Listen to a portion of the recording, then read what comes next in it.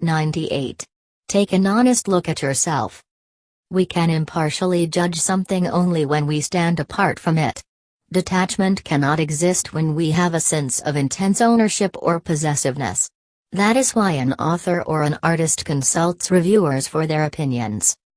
Our attachments lend false beauty to things. Blinded with the pride of possession, we often fail to see the ugliness of cherished possessions. Just as we, blinded by attachments and prejudices, fail to see the real nature of things and beings, so also we, deluded by our lack of detachment, remain blissfully ignorant of our own weaknesses and faults. The divine life starts with the practice of detaching ourselves from our body, mind, and intellect, and impartially estimating the motives, intentions and purposes that lie behind our thoughts, words and deeds. Such impartial witnessing is called introspection. It is not easy to accomplish. Self-analysis and self-criticism are hard tasks. At every stage, our self-conceit and egoistic self-congratulation covers our faults and shortcomings and invests them with a false charm. The best time to introspect is at the close of the day's activities. After dinner, a restful repose floods the mind. This is the sacred hour for negation and assertion. The psychological person in you is, at this moment, receptive and vividly transparent. Let the day's activities, actions, motives, thoughts, and feelings stream by. In the beginning, attempts at self-analysis may prove to be unsatisfactory. Your first analysis may seem like the narration of the ideal life lived by a god. Nevertheless, continue the practice. Seek to discover weaknesses, faults and animalisms in each day's transactions. This process is called detection. Within a week, it will be revealed that yours is not, in any sense, a god's life. Dark reports should not discourage you.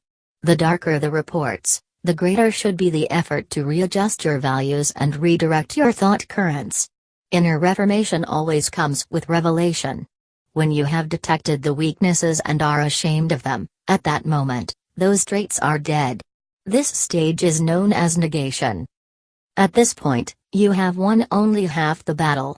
As soon as you apprehend and defeat a weakness, substitute its opposite virtue in your personality.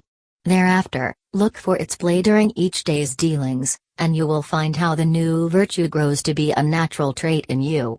This stage is called substitution.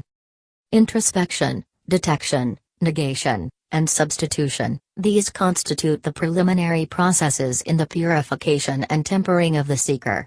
Without this mellowing treatment, one is not fit for the strains of spiritual growth.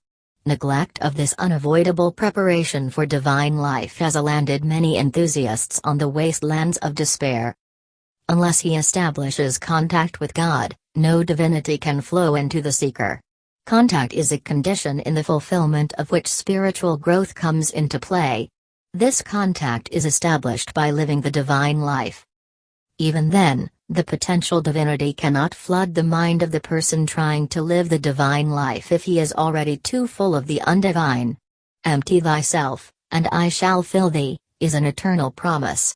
This emptying of undivine contents starts with introspection, and is effected through careful, consistent detection and negation of grosser instincts.